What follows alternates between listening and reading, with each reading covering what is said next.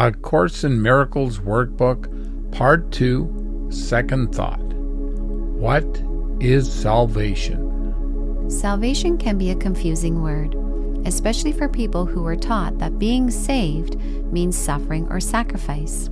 Many learn that Jesus saved the world by dying, but A Course in Miracles teaches something very different.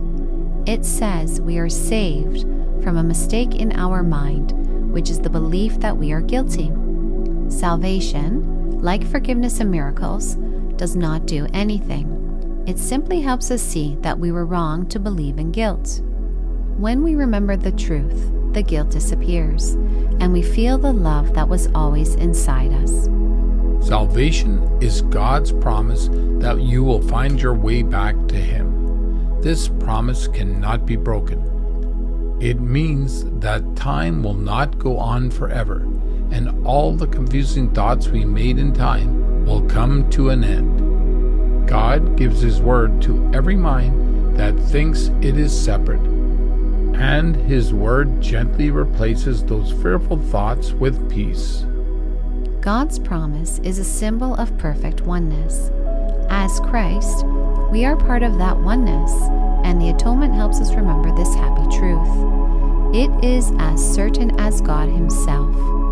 When we dreamed we were separate from Him, we still kept the memory of who we really are, the Holy Spirit within us. Forgiveness shows us this truth. It brings peace by undoing all thoughts of conflict. Without attack, there is no war. And when peace is found, we see that conflict was never real. In this peace, time ends, and we are welcomed home to God forever. The moment God's Son thought of war, God gave Him the thought of peace. Before that, peace just was, with nothing to oppose it. But when the mind became split, healing was needed. So the healing thought of peace was placed in every part of the mind, even if those parts forgot they were still one. The mind no longer knew itself and believed it had lost its true identity. When we seemed to separate from God, He gave us a gift, the Holy Spirit. The Holy Spirit came with us into the dream and holds the atonement, which helps us wake up. At the same time the ego was made, God placed a quiet call to joy in our mind. This call is so strong that the ego cannot stand against it. We each hear two voices. One is the ego, which we made. The other is the voice of God, the Holy Spirit, who gently calls us back to love and peace. God's peace has no opposite. When we choose His peace, we remember who we really are, God's one Son, still safe and whole in His love. The Holy Spirit reminds us that we are only dreaming, and in truth, we are still part of God's perfect oneness.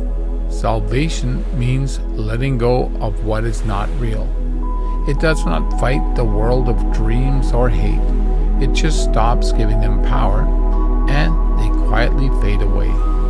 When they are gone, we see what was always there, a holy place inside of us where God's name is written. Our forgiveness is offered, and the memory of God gently returns.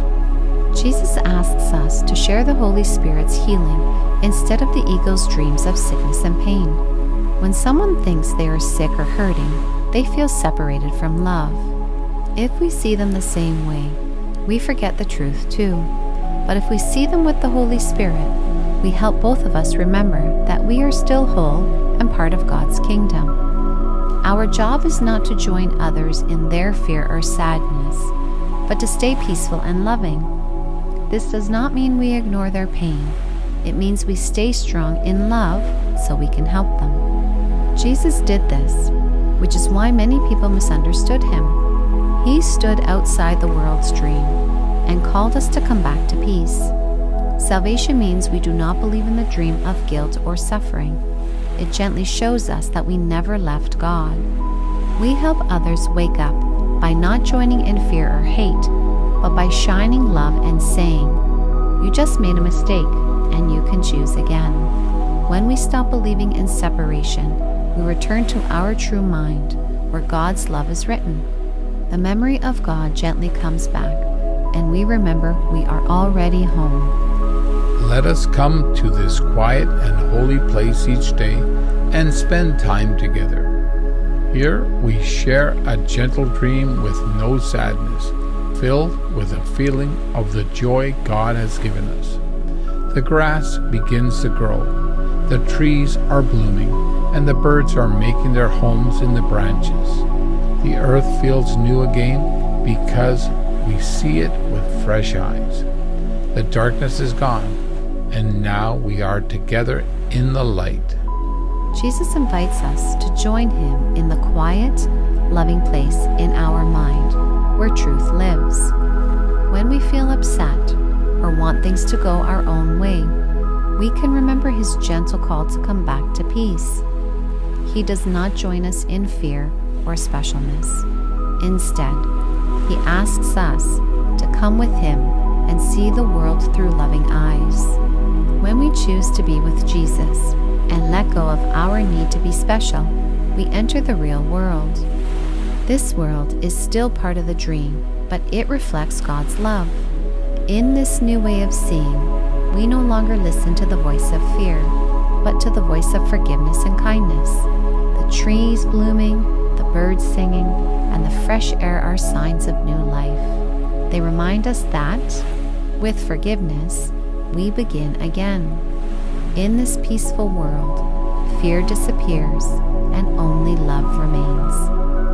From this quiet place in our mind, we share salvation with the world, because this is where we first received it. Our joy becomes a message to everyone that freedom has come. Time is almost over, and God's Son will soon remember his Father. The dream will end, and eternity will gently shine away the world, leaving only heaven, which is all that is real. Jesus reminds us to step out of the darkness for a moment and come into the light in our minds, where we remember the truth. Then we return to the world, not because it is real, but to gently show that it is not. True teachers stay aware of love and truth, while still being kind and present in the world. Each time we return to this quiet place of truth with Jesus, we see the world in a new way. In this holy moment, we hear a soft melody deep inside, a song of heaven we all remember.